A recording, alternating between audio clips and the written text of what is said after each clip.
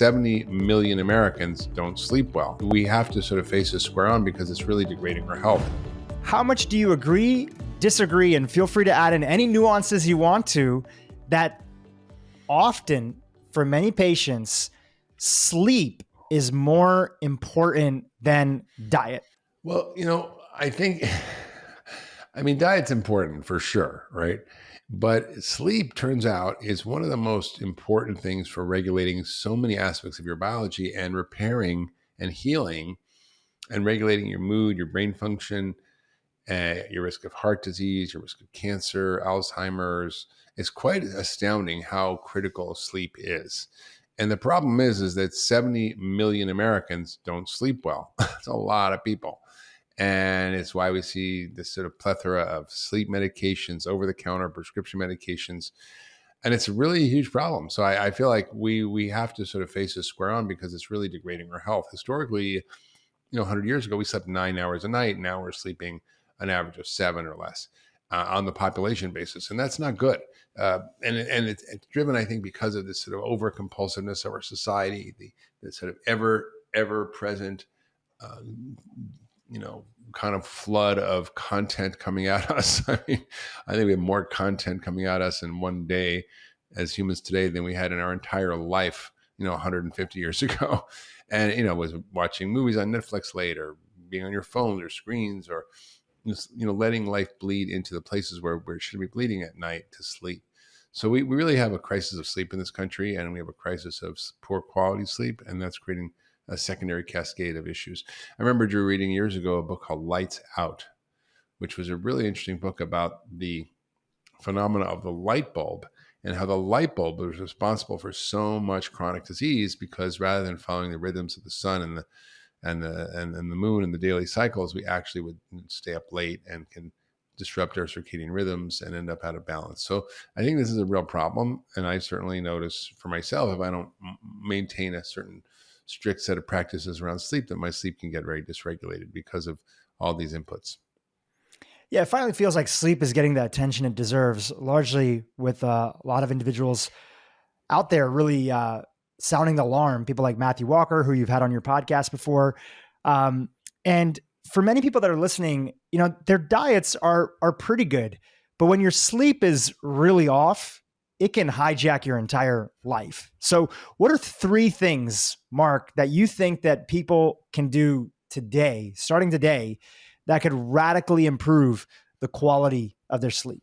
I mean, there's a lot, right? So I think it's 1, your sleep environment. It's 2, your sleep hygiene and habits. And 3, it's what you're consuming. So the first is your sleep environment. Your bedroom should be dark. It should have a cool temperature, ideally 68 degrees. You should have quiet. So if you're not in a quiet or dark place, earplugs and eye shades are the way to go.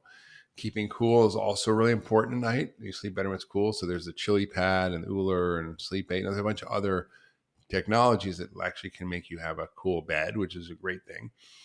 The second is your sleep hygiene. You want to make sure you're not on your screens at least a few hours before bed, 2 or 3 hours. You don't want to eat late, 3 hours before bed. You don't want to be drinking a lot of alcohol, caffeine late in the day. You want to make sure that your environment is good. Take a hot bath or take a cold that people are saying helps their sleep. So a lot of simple practices, and I've written lots of articles about this. I think you can link to them in the show notes about 20 things you can do to improve your sleep. And the next bit would be what you're doing in terms of your lifestyle. If you exercise late, if you drink coffee, if you're eating alcohol, if you're eating late, all these things will disrupt your biorhythms. Ideally, keeping your blue light exposure low. That's also really important at night, because again, we're so exposed to artificial light. We're exposed to computers, and that disrupts our melatonin production. So, those are just a few things that you need to think about in terms of sleep. But the more people can focus on regulating their sleep with a rhythm and regular sleep hygiene and the right environment, and avoiding the things that we know screw up sleep, and people can often reset their sleep systems.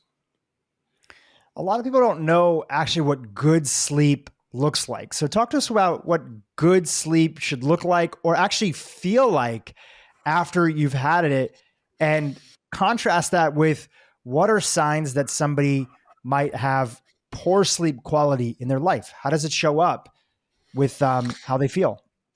Well, I'm reading a study where they looked at sharpshooters in the military like snipers, and they found that if they slept 8 hours, they'd be like 99% accurate. If they slept you know 7 hours, they would be maybe 95% accurate. If they slept six, it could drop down to like 60% accurate. If they're under six, they're like less than 50% accurate. So it's like crapshoot, which is kind of astounding because these people are highly skilled people. But it's been said that not getting adequate sleep is the equivalent of being drunk or driving drunk.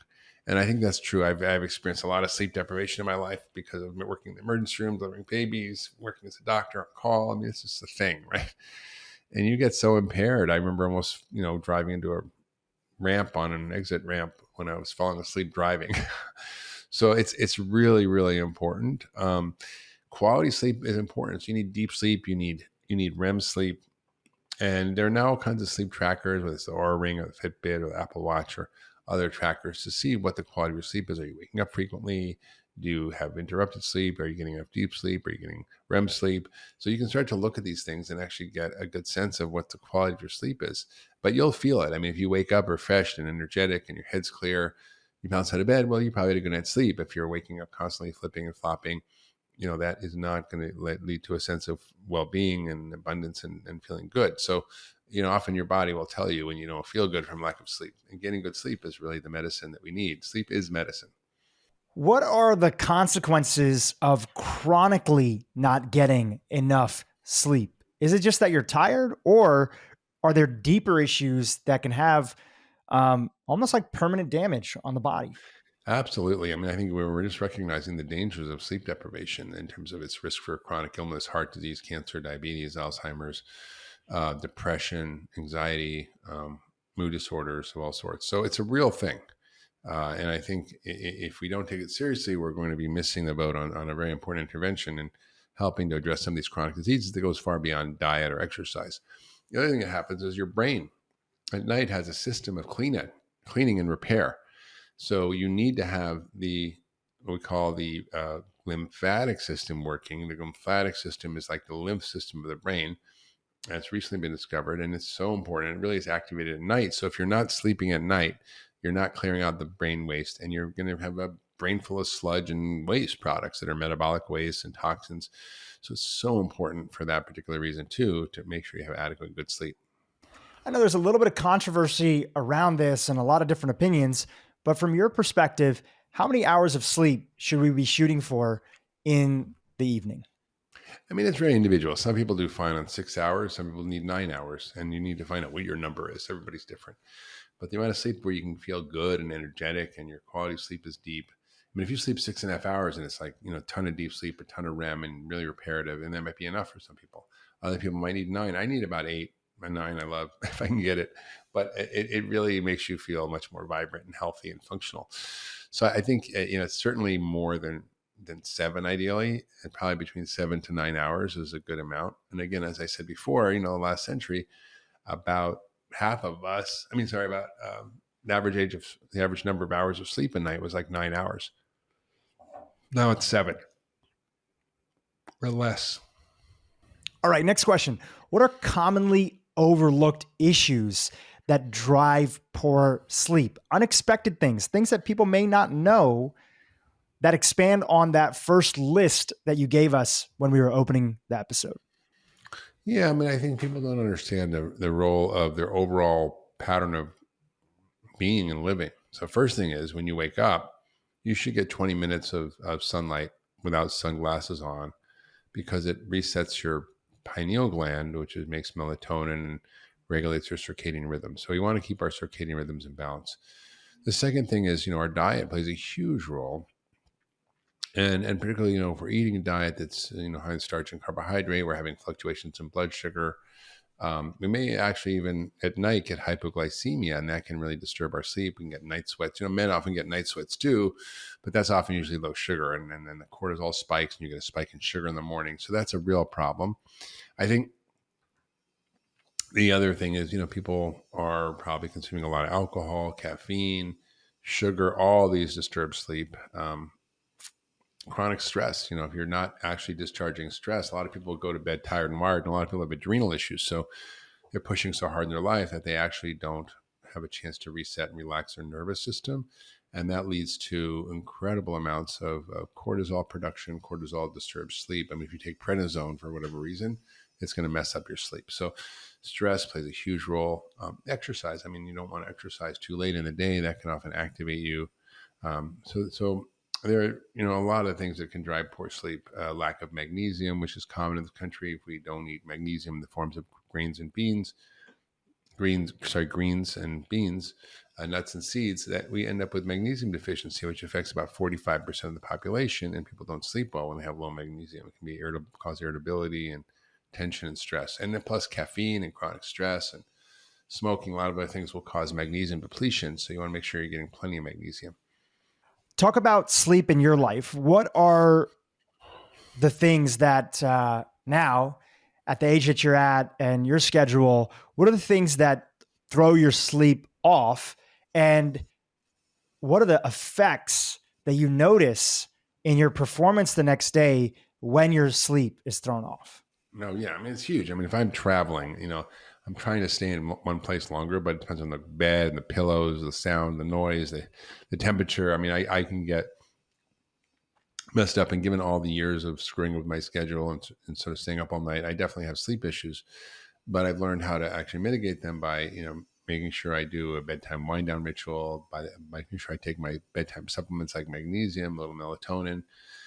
And if I don't get quality sleep, I notice in the next day I can't focus, I can't think, my brain is like distracted.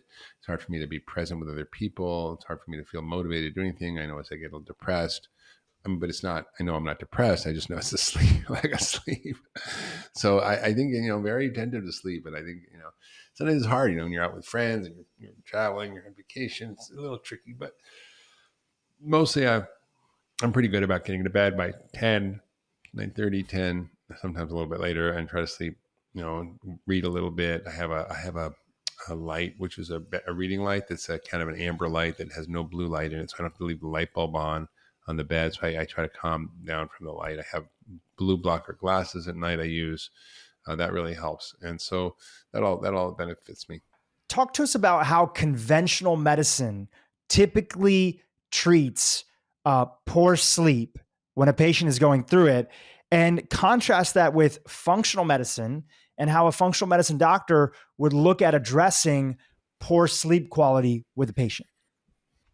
So from a traditional medical point of view, I mean, there are reasons for people's lack of sleep that a conventional doctor will look at, whether it's sleep apnea, restless leg syndrome. There's sleep studies that doctors do that can be very revealing.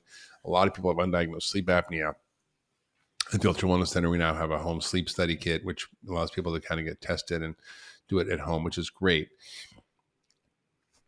However, often there's really very little to do from a conventional perspective other than, recognize basic sleep hygiene.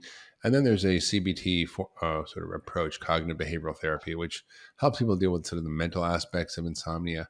And that can be very effective. Cleveland Clinic has an online program. There's called Somrest, which is available. So there's a lot really useful conventional approaches to help people reset their sleep. However, there may be a lot of other causes from a functional medicine perspective for sleep disruption. So traditional medicine just says, do therapy or take these sleep pills or practice better sleep hygiene, but they don't really say, well, why is your sleep disturbed in the first place? This is why we're so effective in functional medicine, because we don't want to know just what you have, insomnia. We don't know why. Why you're not sleeping. Is it because your thyroid's not working? Is it because you have chronic stress and adrenal burnout? Is it because you have low magnesium? Is it because your microbiome is inflamed and causing inflammation in your brain? Is it because you might be hypothyroid, which can cause a little bit of sleep disruption? Or is it because you have a bad sleep environment, or because your sleep habits are terrible, or because we go through all the underlying root causes, and then we address those, whatever they might be. It's amazing to me, Drew. I never would have thought this was the thing, but when we put people on the 10-day detox diet, when we put people on an elimination diet, and get rid of processed food, sugar, dairy, gluten, grains, etc., it's amazing how many people report, oh, my sleep got so much better. I'm sleeping so much deeply. I feel so much better. I'm like, well, wow, I don't know about that. But I think what happens is there's inflammation in the brain, and inflammation will interrupt sleep. And when you start to live an anti-inflammatory life, you actually will end up with a much better sleep quality. Little anecdote is that my dad, many years ago, when we put him on a version of the 10-day detox, um, and he had been eating bread his whole life because he grew up vegetarian and still was vegetarian when he was doing the program. One interesting thing that he noticed is that when he had cut bread out of his diet, he noticed this chronic back pain that he had at night that would make it harder for him to fall asleep Yeah. went away because the inflammation went away. And Yeah. that then made it easier for him to fall asleep. And so he got There a you go. better night's rest. There you go. Yeah. Talk to us about another patient and a case study that you can think of where sleep was the missing link that allowed them to get into a better state of health. Anything that comes to mind? Well, I have two. One, one was this guy who was very smart, editor of a major sort of Sunday kind of magazine newspaper. I mean, you all know what it was. And, his team was like, he's just falling asleep all day in the office. I'm like, it's terrible. He's not able to function well. It's annoying. He'll fall asleep in meetings. I'm like, well, tell me about your life. He says, well, I drink, 12 Cokes a day and have 12 cups of coffee a day. I'm like, oh, okay. Well, maybe caffeine is a problem. So we got him off the caffeine and we put him on an anti-inflammatory diet, and it was amazing. He just completely turned around and was able to, be able to function again. There's another case. I remember a young, well, not young, he was about a 50-year-old. That's young to me now, but 50 seems very young to me. It's all relative. And he was a lawyer, and I'm like, well, tell me how you're doing. He's like, well, I want to lose weight. I'm kind of overweight. And he had a big belly and pre-diabetes. And I'm like, well, tell me about your life. And he says, well, I said, you sleep? Because, well, yeah, but, during the day, I use a stand-up desk. And this is before stand-up desks were even a thing. And because if I sit down, I'll fall asleep while I'm working. And I'm like, wow, okay, you probably have sleep apnea. So I said, let's test you for sleep apnea. And he, sure enough, had sleep apnea. We put him on a CPAP machine, which is a breathing machine to sort of stop CPAP. He literally lost 50 pounds just like that and felt so much better. And, we corrected his underlying issues around sleep and metabolic health. The thing is, if you don't sleep, you also crave carbohydrates, you crave sugar, you crave, all the junk that's going to make you gain weight. And we know this even from studies on young, healthy adult college males who are not overweight. When they deprived them of 2 hours sleep a night compared to the control group, the ones that had the 2 hour sleep deprivation ended up having higher levels of ghrelin, which makes you hungry, and PYY was lower, which is the appetite suppressing hormone. And so they had hormonal changes that made them crave more carbohydrates, eat more food, be hungrier, gain more weight. And so really the key to often healthy metabolism and weight is actually sleeping. A lot of people at night notice that their mind is running and it just won't get quiet, and that impacts their sleep. I know you have a lot of experience with meditation and different protocols that you've used either personally or recommended to people in the past, but is there something that you could suggest that those individuals could try when it comes to winding down at night and getting ready for bed? Absolutely. I mean, I think, when you think about it, it's kind of silly. We like go. We're answering emails at 11 o'clock at night. We're looking at our screens. We're engaged in all kinds of stressful, emotional, psychological things, whether it's work or whatever. And then we're like, okay, lights out, boom, go to sleep. And people are exhausted, but they'll often fall asleep, but then often wake up frequently because they got the stress hormones going in their body. So I think really having a sleep ritual at night is so important. For me, it's very important. I get off screens at least a couple hours before bed. I often will take a hot bath with Epsom salt and lavender, which calms my nervous system down. I'll put the little kind of amber light that has no, it's like a reading light that has no blue light, turn all the other lights off. I'll read a little bit in bed, and the reading and the calming down just calms it down. The other thing I can do often is I'll write a little before bed. So I'll literally dump out what's ever in my head. I'll just write it all out, and I'll just completely purge anything that is a negative thought pattern in my head or my worries for tomorrow, what happened that day, whatever. And I just try to let go. And the other thing you can do is a little yoga stretching before bed, a little deep breathing exercises before bed, get a little massage before bed. All those things can help. If you have a partner, you can rub each other's feet. That's a very relaxing thing to do. I have a Theragun. I'll often use that to kind of relax my muscles and nervous system. You have to find out what's right for you, but it really requires some level of decompressing and unwinding before you get into bed, because if you just plop into bed after running 100 miles an hour, it's like you're not going to fall asleep, or you'll fall asleep because you're exhausted, and then you wake up because you're under chronic stress. You chatted about this earlier, but talk about your morning routine and how crucial it is for you to set up your circadian rhythm for the rest of the day. What are the things that Yeah. you do that you found work well in the morning that end up helping you have better sleep at night? I mean, I think the key is, I tend to meditate in the morning for 20 minutes. I'll have a cup of tea, or maybe I'll have coffee, and I'll do a little journaling and writing and just sort of get myself grounded for the day. And then I'll often try to take a walk or be outside in sunlight for 20 minutes without sunglasses on to reset my circadian rhythms. And then I'll have a very low starch sugar breakfast, mostly protein and fat.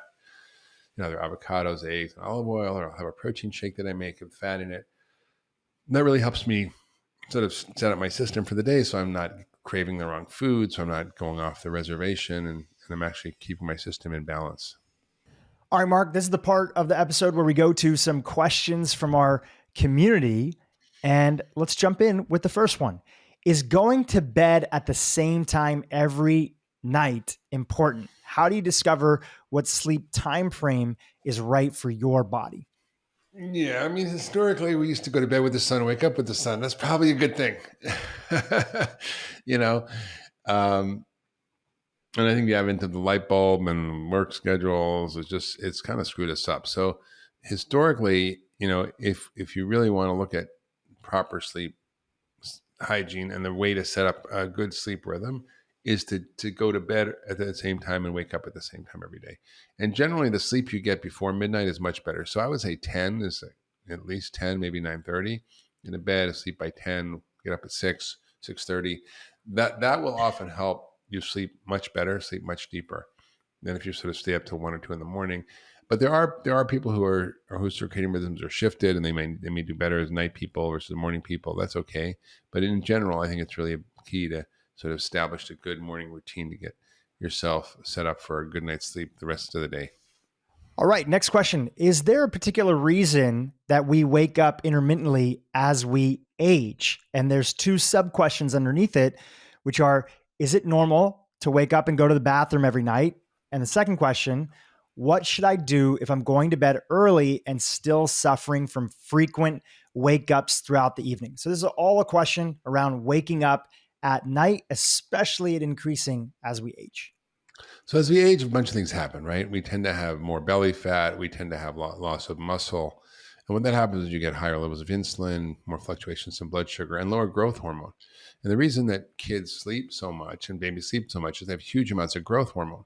But when you lose muscle, you lose growth hormone, and you get higher cortisol, and you get higher insulin. Cortisol will prevent you from sleeping. So when you lower growth hormone and raise cortisol, and through the aging process, you will actually have disrupted sleep. The reason that we do that is because we're not active enough, our diets aren't good, and so we're eating a high starch sugar diet. We're not weight training and strength training. But the truth is, at any age, you can maintain your muscle mass. I'm now have way more muscle mass than I did 10 years ago or 20 years ago, and it's possible if you know what to do. So I'm very focused on maintaining my muscle mass, which helps growth hormone, which helps my testosterone, helps cortisol stay low. Very, very important. I think if people are waking up frequently, even if they go to bed on time, there may be something else going on. There may be metabolic issues around blood sugar. There may be, chronic stress that's not really being fully addressed. There may be other factors that cause frequent awakening. As far as urinating at night, depends on when you drink, how late you drink, how much you drink, if you have a prostate issue or not, if you have, irritable bladder or not. Normally, people can go through the night without peeing. Sometimes you get up once to go pee. It's not terrible. People can go back to sleep. So I think, but if you're going a lot more than that, it's worth getting checked out, because you could have, prostate enlargement if you're a man, or cystitis if you're a woman. And it's good to make sure you get that checked, because unless you're if you're getting up 2, 3, 4 times a night to go pee, that's a problem. All right, next question. Can a person catch up, so to speak, from a previous night of poor sleep? I think yes and no. I mean, I think, people anecdotally will say, look, if I didn't sleep 6 hours and I sleep 10 the next day, I feel better. So I think people will feel better. But the basic medical opinion is that no, you really can't catch up on lost sleep. You've got to just keep, sleeping and then putting sleep in the bank. And actually, over time you'll feel better, but you really have to make sure you're not creating a lot of sleep debt, and that you're actually sleeping more when you need to, but realize that that's sort of not necessarily going to fix all the sleep that you've had. So, it's not great to say, well, I'm just going to step and, 6 hours a night or 5 hours a night during the week, and I'll sleep 10 hours on the weekend. It doesn't work like that. All right, next question. Does Dr. Hyman use a sleep tracker? And if so, which one? Well, I use a lot because I'm kind of skeptical about these things because you do 3 different sleep trackers, you get 3 different results. So I use, for example, Aura Ring. I'll use a app on my phone called Sleep Cycle. There's something called Sleep Watch that's with my Apple Watch. And I kind of amused at how variable they are, and how I don't really know how accurate they are. I think the Aura Ring is probably the most accurate. It measures heart rate variability. It measures REM sleep, deep sleep, breathing, and so forth, movement. So there's benefits to it, and it'll give you a sense of what's happening. Like, for example, I know that, I have not been drinking alcohol much at all. And the other night I had, somebody ordered a bottle of wine at the table and had maybe I had a glass and a half of white wine with dinner. And I noticed that night that my heart rate didn't lower, my temperature didn't lower, that my sleep was a little more disrupted. And I'm like, ooh, is it really worth it? I don't really know if it's worth it. I don't really like drinking that much. And, I prioritize my sleep. So it's a really important thing. Do you want to know my secrets for living a long and happy and healthy life? Well, all I have to do is check out my weekly newsletter, Mark's Picks, where I share my favorite tips for health, longevity, well-being, and lots more. Check it out, and the link below. Does Dr. Hyman have any tips for moms to help maintain their health while enduring sleep deprivation?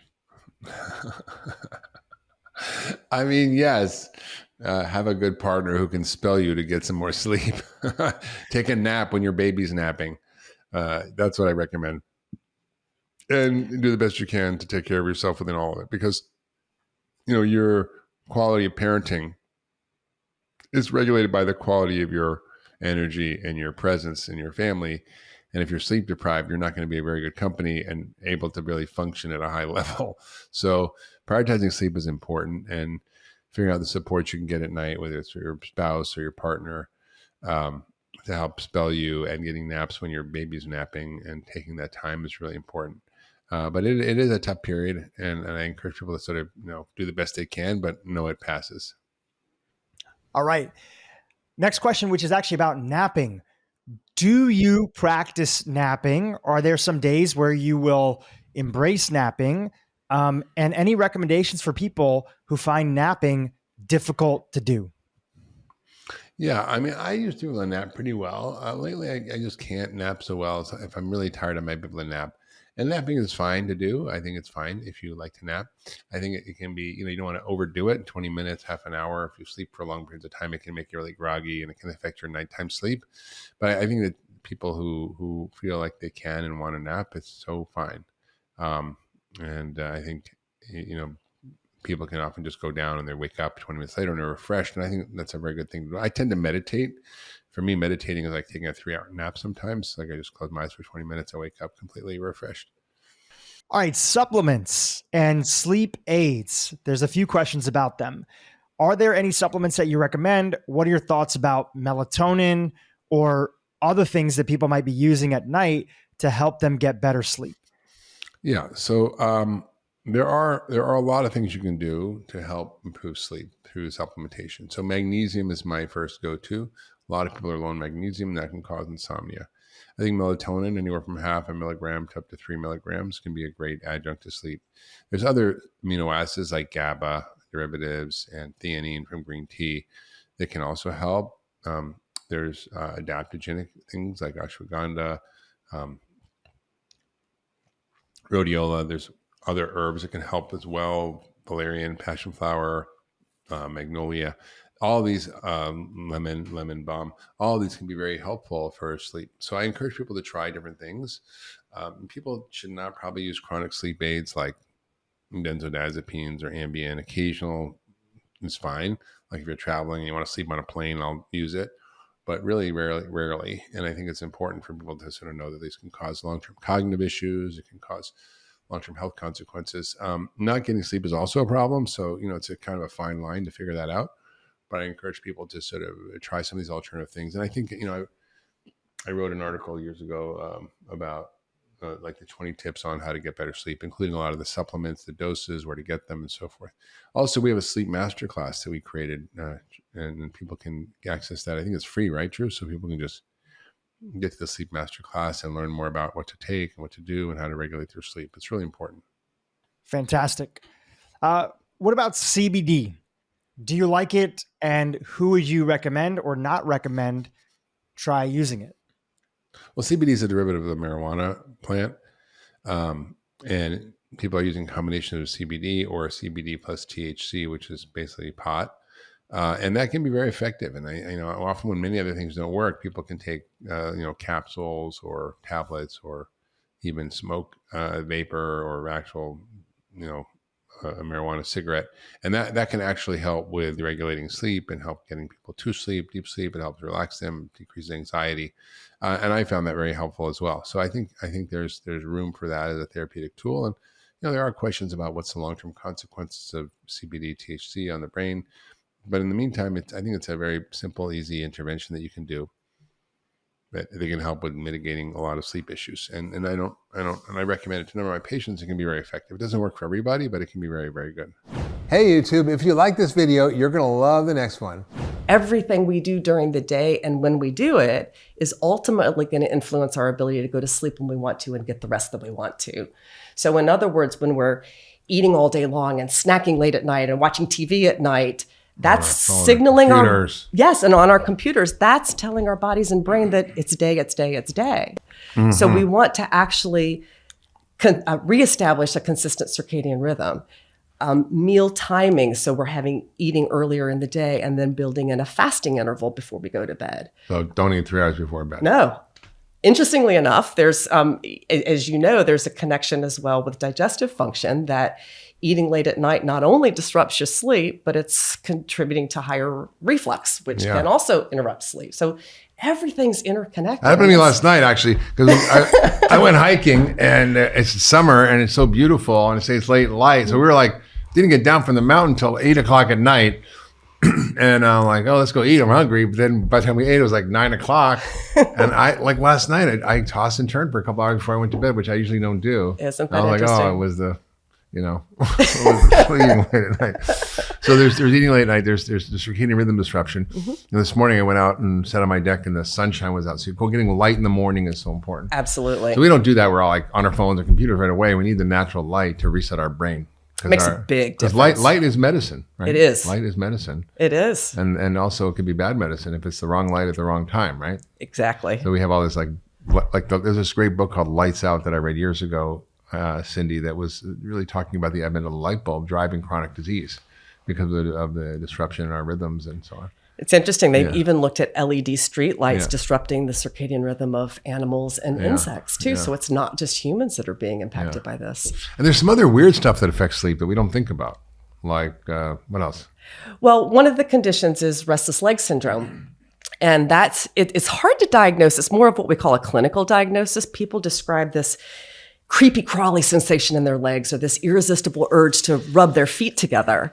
And typically it's treated with dopamine medications. It's connected to relatively low dopamine levels in the brain. Dopamine, yes, revs you up, but dopamine also seems to play a role with movement. Yeah. So it's treated with some of the same medications they used to treat Parkinson's disease.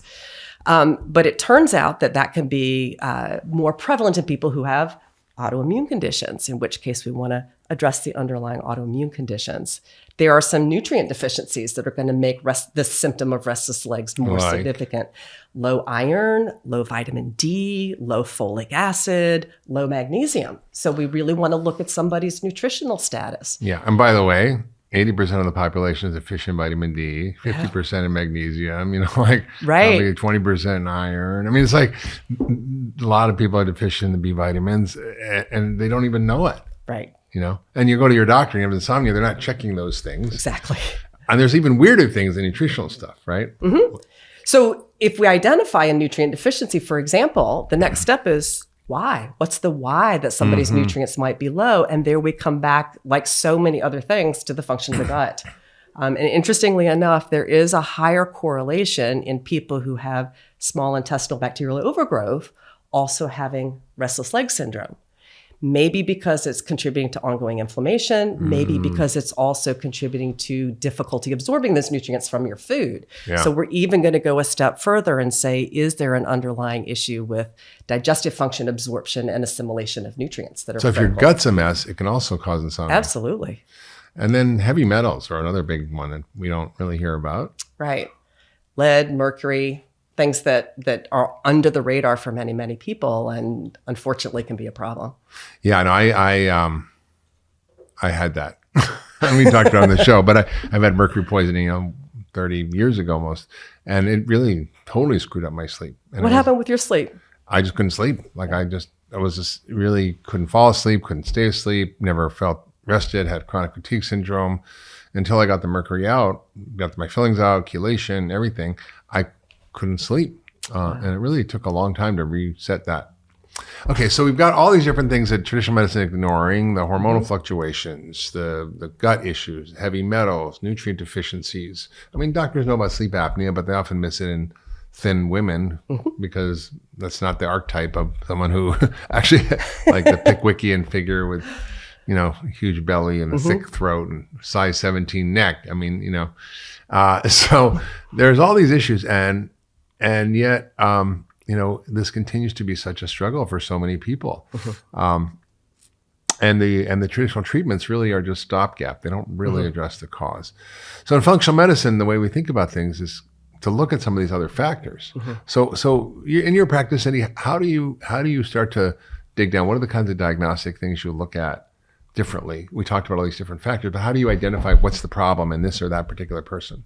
Well, I think it's the time to take a history and really understand all of the other interconnectedness that could be going on. For example, somebody with sleep concerns might also have digestive concerns, and then we might be thinking about assessing their digestive function, looking at a nutritional assessment. But I think there's a time and a place, and there's tremendous value in screening somebody with a portable sleep study, because that gives you a tremendous amount of information. And we're using it, yes, to diagnose sleep apnea, but also to say, how often do you wake up during the night? How much percentage of time are you spending in REM sleep and deep sleep? Are you tossing and turning all night long? So it can give us a tremendous overview in terms of somebody's sleep throughout the night. And from that, we can also decide, okay, what else do we need to explore? And then we do some testing, right? You can look at nutritional levels. You can look at these vitamin D and magnesium and folate and iron studies. You can look at obviously the sleep apnea test, and there's home tests now you can do that are really great. We look at heavy metals, right? And the hormones. You can really get a sense of what's going on with hormones for people. If their estrogen and progesterone's all out of balance, it just happens in menopause. You see a lot of sleep issues. Heavy metals, like I said, we can test. So there's a lot of ways we can diagnose using functional medicine testing that you don't really get with traditional doctors that can help get underneath things. So tell me about this patient you had, because it sort of speaks to a lot of the issues that we're talking about, and it gives you a little unusual approach to insomnia, something you wouldn't really get from a traditional doctor. Right. So this is somebody that, and one of the things I want to plant the seed for is sometimes we start with what we think is the most likely issue, and we gradually uncover more potential contributing issues and peel the layers of the onion. And this was a woman that I had known for years. She was pretty healthy in terms of her lifestyle. She exercised. She wasn't overweight. She ate a healthy diet. She didn't drink any alcohol. She was treated with antidepressants. She was on a serotonin reuptake inhibitor and Wellbutrin for her depression. And she was also on hormone replacement therapy. She was postmenopausal in her 60s. And she started complaining of fatigue and difficulty concentrating and just felt scattered. And by Sundays, she would have the need to take a 3-hour nap. So, well, that's unusual. So we did some of the usual testing for causes of fatigue. We tested her thyroid. It was okay. We looked at her iron levels or sugar levels. They were okay. So I decided to screen her with a sleep study. And it turned out you would not have looked at her and said, oh, yes, she is the poster child for sleep apnea. She turned out to have one of the most striking positional components to sleep apnea I've ever seen. When she was on her side, her sleep was normal. But when she was on her back, she had respiratory events that count as either a slowing of airflow or a stopping of airflow more than 60 times an hour. Wow. More She than stopped breathing 60 times an hour. Yes. Like once a minute. That's a lot. No wonder she was exhausted, right? So when you see a positional component like that, I have people who don't want to do a sleep study because they don't want to, I'd never wear that stupid mask. But for her, we said, okay, well, let's start with retraining you to learn to sleep on your side. And she tried that. There's some commercially available positional devices. There are all kinds of strategies you can do. There's a very, very sophisticated technology called the tennis ball Yes. strategy, where you sew a tennis ball into a t-shirt on the back. So if you roll over on your back, it makes you flip over to your side. Or the fanny pack with the pillow stuffed in it. Yes, Yeah. There's all kinds of strategies you can do. And of course, it's big business, right? You can buy a slumber bump or a bumper belt. Oh, I didn't know they had those. That's good. I was still on the tennis ball track. Even more sophisticated, there's now a biofeedback device that's a strap around that vibrates when you roll on your back. So it's sort of autogenic nighttime training to get you. So that's what she used, interestingly enough. And it helped a little, but she was still tired.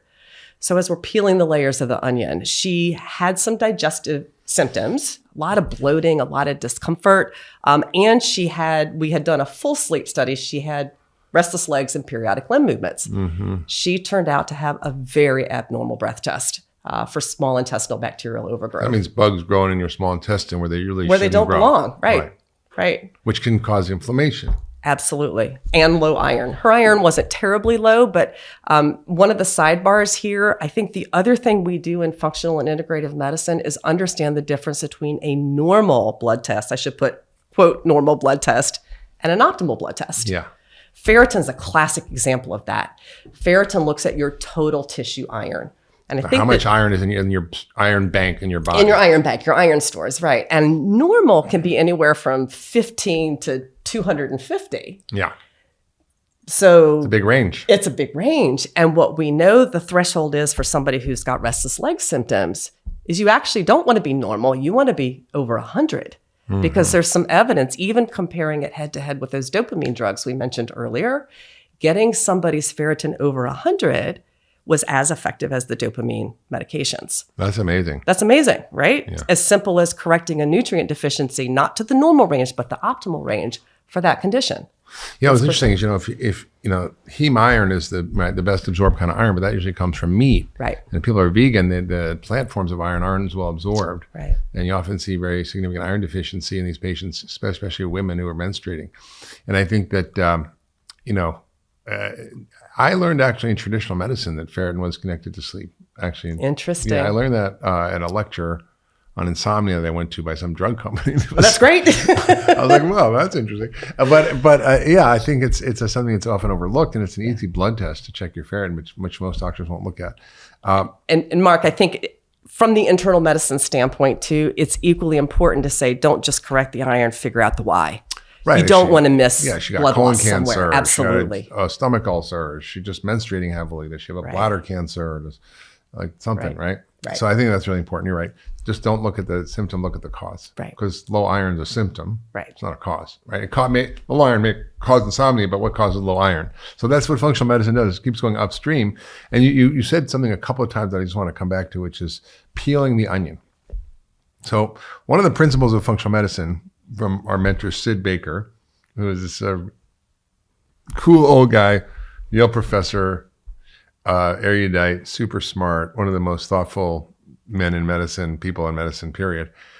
And he said, we have the TAC rules that help us to determine how to figure things out. One is if you're standing on a TAC, it takes a lot of aspirin to make you feel better, right? Take out the TAC. So if, the bacterial overgrowth is causing the restless leg syndrome, you can take a lot of these traditional medications, but it's going to take a lot of medication to make it go away.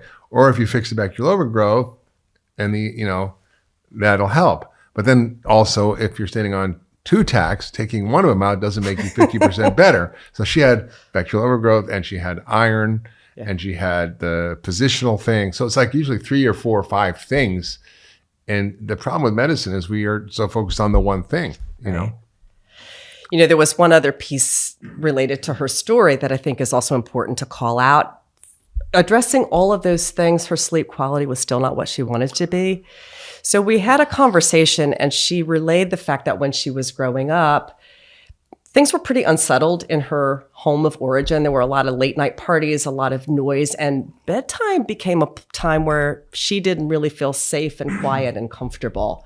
So we also talked about referring her to a life management behavioral therapist to really talk about what it meant to be safe and regaining that sense of being okay being in bed. And I think that goes hidden as well, that a previous history of trauma or not feeling safe can also show up with insomnia and difficulty sleeping. Yeah, and I think that's a big thing for a lot of people. You know, there's a questionnaire you can do online called the ACE questionnaire. It's Adverse Childhood Events, and you get a score. And if you have a high score, it means you've had a crappy childhood and you probably have some level of trauma. And different people respond differently to the trauma. Of course. But, you know, PTSD is so prevalent and our nervous systems are so jacked up in general. So it's sort of like acute on chronic. Absolutely. You know, we've got like our acute stresses on this chronic level of PTSD.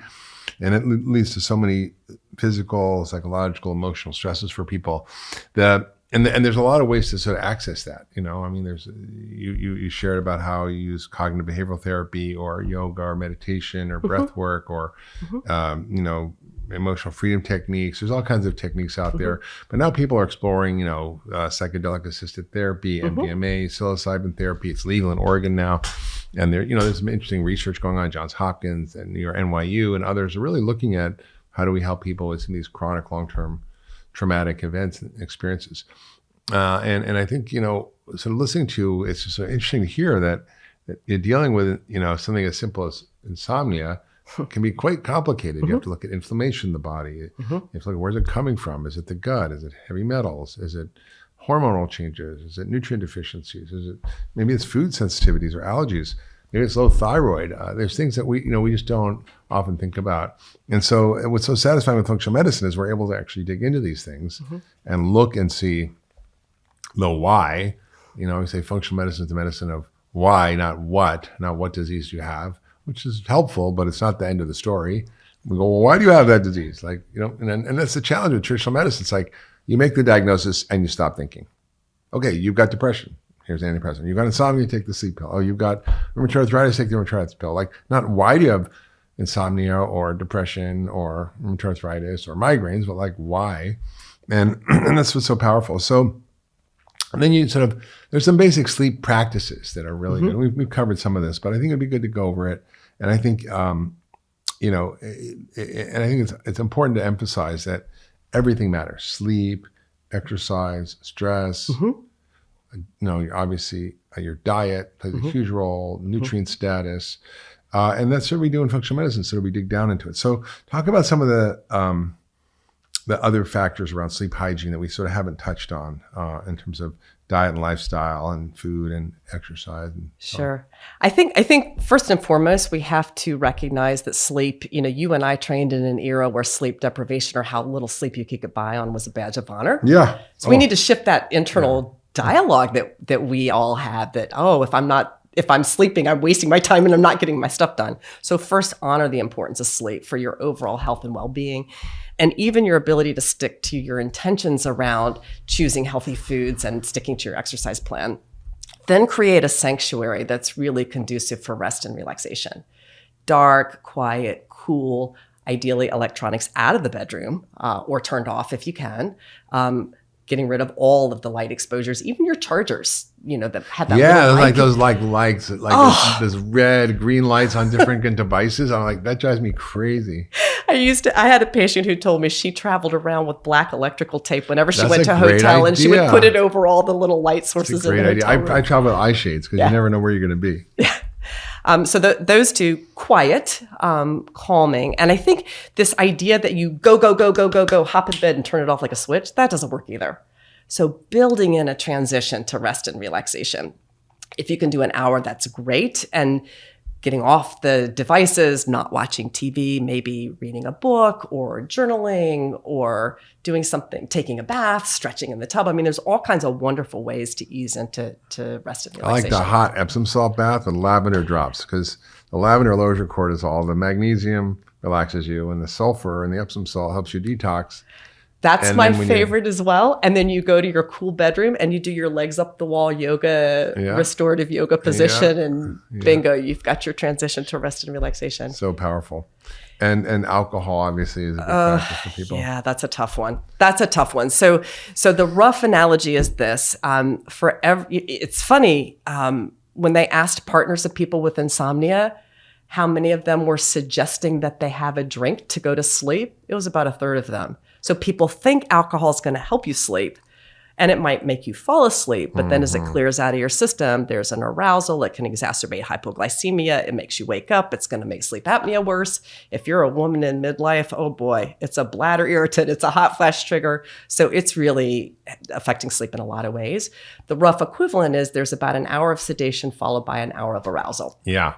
Yeah. So if you had a glass of wine at 6 and you go to bed at 10, it's probably not going to impact your sleep as much as if you have 2 glasses at 8, or like your late dinner last night, if you had a glass or 2 of wine. I had a beer. Yeah. It has another impact on your sleep. I just noticed it. Actually, I had an Aura ring for a while. And I was tracking my sleep. And I noticed whenever I drank, my sleep's pattern was so disrupted. Yeah. Quality of sleep, the depth of sleep, the amount of REM sleep, deep sleep, snoring, all that. Isn't It's that really interesting? fascinating. And then caffeine also is another big one, right? Yeah, absolutely. And we're all different in terms of our caffeine metabolism ability. Some people are really fast metabolizers.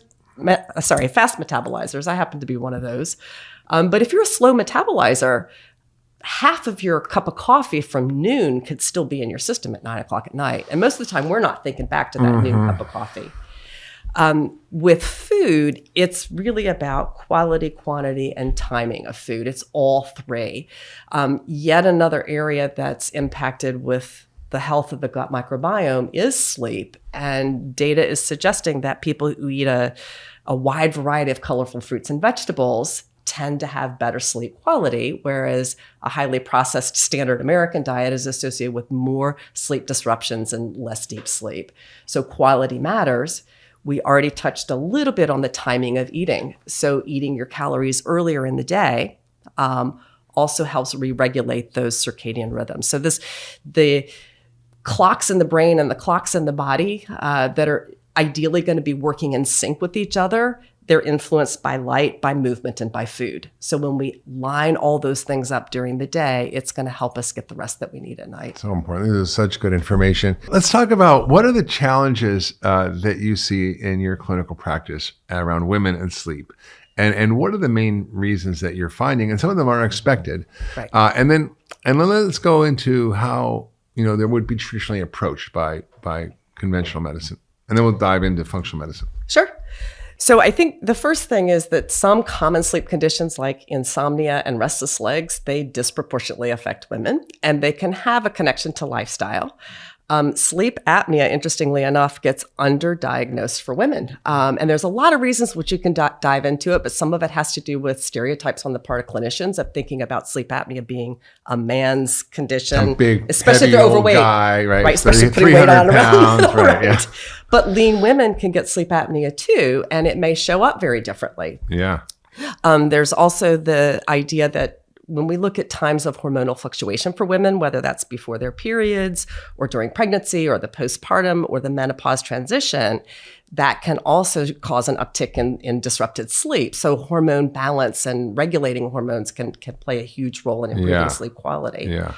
And finally, disproportionately in the past, caregiving demands have fallen on the shoulders of women. And I think that really became manifest or evident during the COVID-19 pandemic when you saw a bigger proportion of women than men experiencing an uptick in insomnia, anxiety, and depression. So they're all interconnected. Yeah. So women take on the burden of the families. They often, especially during the perimenopausal years, become the sandwich generation between raising their kids and taking care of their elder parents. And you're kind of in the middle of that, a little bit toward the tail end of it, but you kind of went through that. And it puts a lot of stress on women. Also, I think there's some unusual causes of sleep that get missed by traditional medicine. And so, like, if you were a woman and you went to the doctor, like, I'm having insomnia, what are they going to tell you? They'll probably tell you to take a sleeping pill. A little Ambien, Little Ambien, little yes. Valium, right? And or maybe they'll give you an antidepressant, right? Right. And of course, those come with side effects. They're Absolutely. addictive. They impair cognition. They have all kinds of long-term effects. I mean, the benzos or things like Valium and lorazepam or Ativan, they may lead to increased cognitive problems like dementia when you get older. Ambien, we heard all the stories about people wandering around doing stuff they shouldn't do in the middle of the night. And it's unfortunate that there are other things too that traditional medicine misses that affect sleep. You talked about the big ones, which are the stress and the sleep apnea and the hormonal issues. But there's really more that we know about sleep disruption. And the difference with functional medicine is that we tend to take a detective approach. We don't just stop at the diagnosis. Insomnia is a symptom. It's not a disease. Right. And so we go, oh, I know it's why you can't sleep. You have insomnia. No, that's just the name of it, silly. That's not the cause. And so we kind of have a different approach. And over the years, there are things we've really uncovered in functional medicine that play a role in sleep that are mostly ignored. And so you shared a little bit about it earlier when we were chatting, but what are the kinds of other things that we see underlying the root causes of insomnia? So if we think about insomnia, about 80% of people who develop chronic insomnia, there's an initial inciting event, but it leads to a stressful event, for example, and their sleep. Like a death or divorce. Right. Or a transition with the job. And I think the pandemic has contributed to it as well. Yeah. But then what happens is there's this upregulation of the HPA axis and this chronic What's that?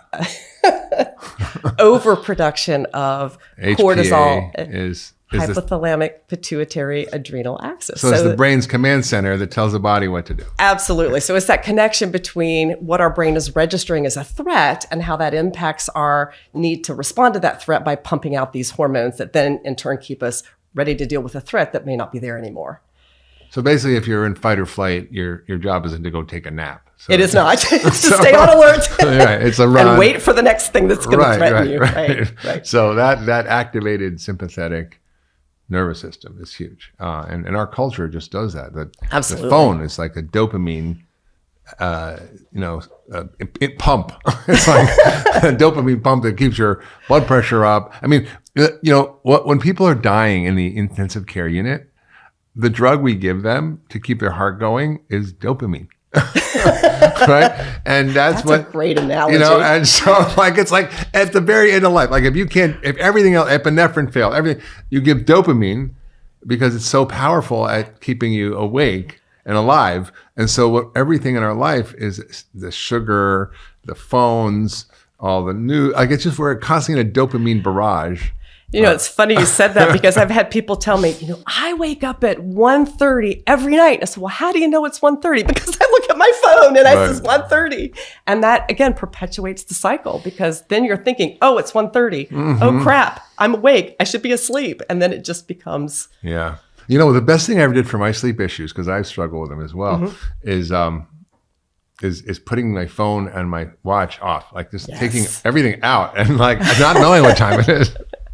And just letting my body do its thing. I think that's brilliant, Mark. And even sleep trackers, for some people, it can be a double-edged sword because you're thinking, okay, what's my tracker show me? How well did I sleep last night? When you get a good night's sleep, it's like the world just looks rosy. Yeah. And when you don't, it looks depressing, gray. And that's an important thing too, if you pay attention to how you feel. So you mentioned the Oura Ring. People ask me, how good are these trackers for telling you about your sleep? They don't diagnose a sleep condition, but sometimes you can gain some insights. For you gave a great example of this. You found, oh, look at this. When I've had alcohol, my sleep is not as good. Variability, everything. And then you pay attention, well, how did I feel the day after? Yeah, I was more tired. Yeah, I was more irritable. I was looking for different foods. So I think the more you build that internal awareness of that connection between your sleep and how you feel the next day, That's a win. That's really how you learn to prioritize it. Yeah. Just take home here is that sleep is the most underappreciated fourth pillar of lifestyle medicine. If you love that last video, you're going to love the next one. Check it out here. The Sumerian wheat that our ancestors ate was quite different than the wheat we're eating today. How it's grown, how it's processed, how it's milled. And I mean, we didn't even have refined grains until the flour mills back in the 1800s. So we never